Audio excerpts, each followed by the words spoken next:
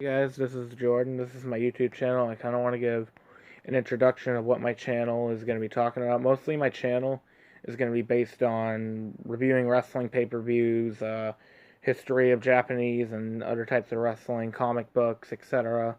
I want to give a shout out to Art the Wrestling Reviewer. He's the one who kind of inspired me to make a YouTube channel. Guys like Lundrick, a lot of guys, thanks for inspiring me. A lot of comics explained also.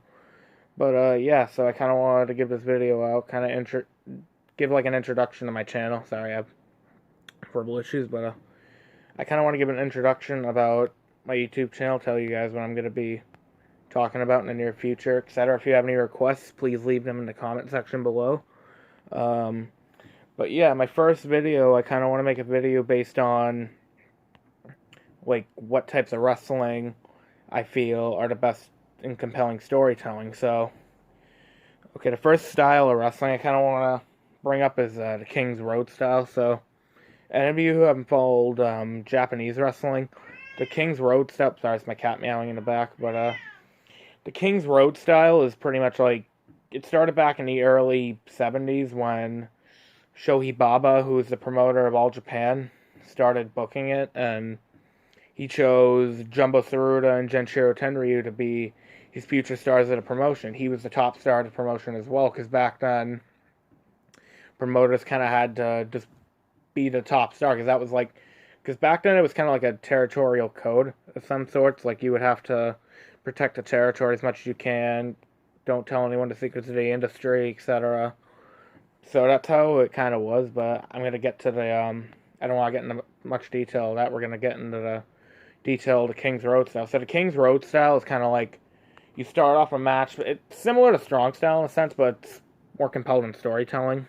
If that makes sense. So, anyways, like for example, guys like Misawa, Yoshiaki Yatsu, a lot of those guys kind of comprehended that style throughout most of their career in their later years because you want to make sure you have an interesting story leading up to a match. Giant Baba was that type of guy that was like, I don't want any dirty finishes in a match, etc.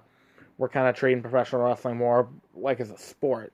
Kind of like what AEW is doing now and Evolve. A lot of indie promotions like that. So, it kind of started back in the mid 80s that when Misawa was starting to get popular. Guys like Kenta Kobashi, Akira Tao, I can't pronounce his name right, but a lot of guys like that started to come in. And so, you look back at a lot of promotions that guys had, like All Japan, Ring of Honor, a lot of those promotions have a lot of storytelling based on the matches they have. And so All Japan started that type of style. So guys like Giant Baba, guys like Andre the Giant even competed in All Japan for a short period of time. And Mil Mascaras, Ricky Steamboat, Riki Choshu, Jumbo Tsuruta was the top star of that promotion. And a good way to get a crowd going is if you have your top star or a legend of Japanese wrestling on that card. So you would have someone come out, you would start a match out really fast into King's Pro, I'm sorry, in the King's Road style, excuse me, but the King's Road style. So you would start off really fast in a match, you would go into a rest hold, there was a lot of like really good in-ring psychology in a bunch of those matches.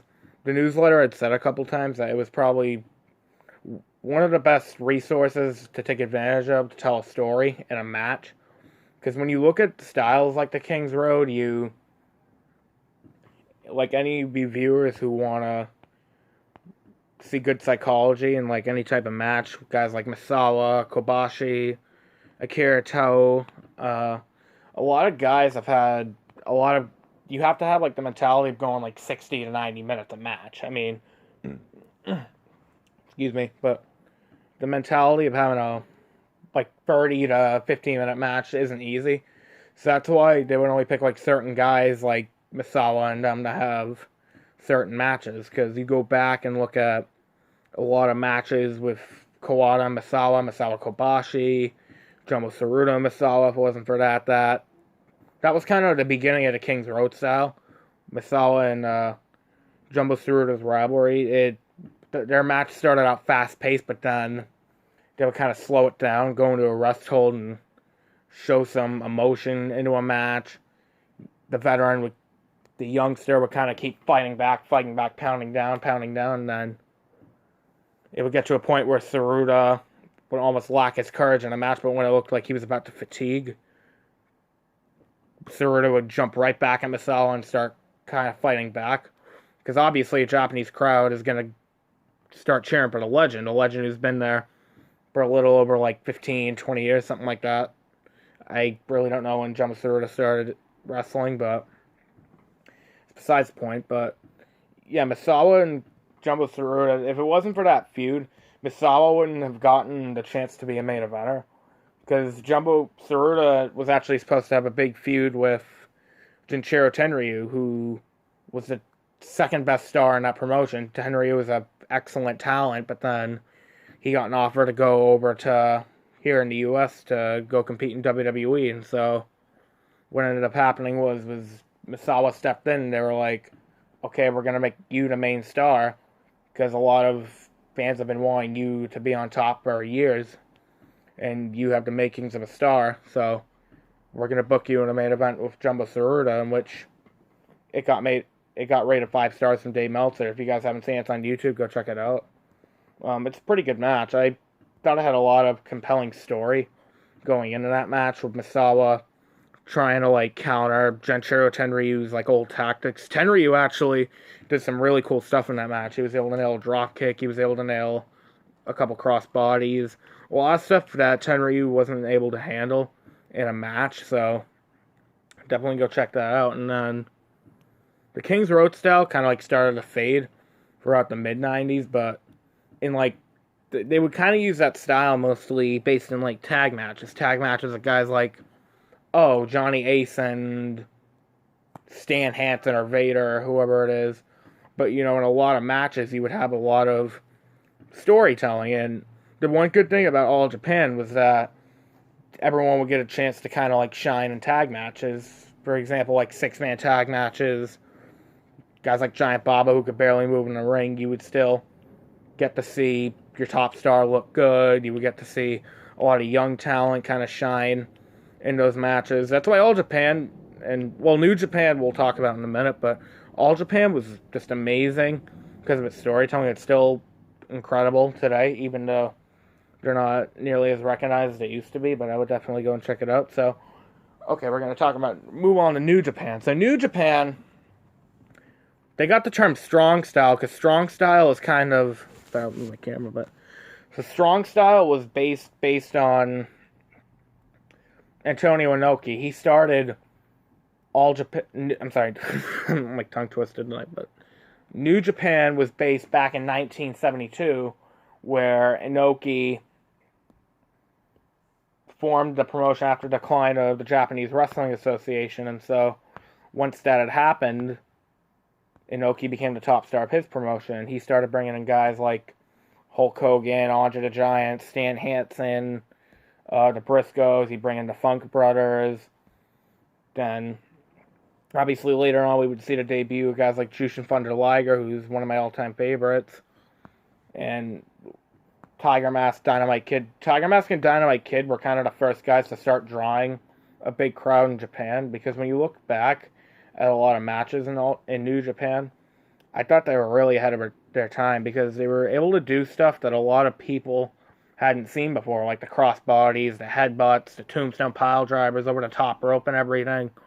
It was incredible to see like that type of psychology be done, because if you look back on WWE Network, Dynamite Kid had faced Tiger Mask in about an 8-10 minute match. It was a pretty good match, and you were able to see a bunch of matches be done.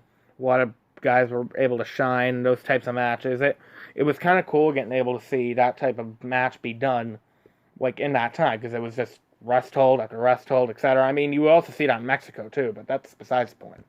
So, anyways, but back then we go on to the early 90s, where, sorry, I'm a little tongue twisted today, it's my first video, but in New Japan, I'm sorry, early 90s, you would see guys like, for example, Chris Benoit, who became Pegasus Kid in the early 90s. He won the Best of the Super Juniors from Great Sasuke and what was a 5-star rated match by Meltzer. Liger debuted in the late 80s, which he started having really good rivalries with Yuniaki Kobayashi, Naoki Sano. A lot of great feuds happened in the early 90s. That's kind of when New Japan started to get popular again. I mean, you would have guys like Sting come to New Japan, the Steiner Brothers. The Steiners is where they first shined at that time. And eventually, maybe later in the future, I want to do a fantasy booking video with AEW, WWE, and New Japan, All Japan, etc. That's kind of something I think I'd want to do. I might ask Arcar for help with that, but yeah, a lot of great things are going to come in the future. So I kind of wanted to just skip this video out, let everyone know that this is my channel. Leave a comment in the description below if you guys want any requests of any videos. So I'm going to head out. Peace.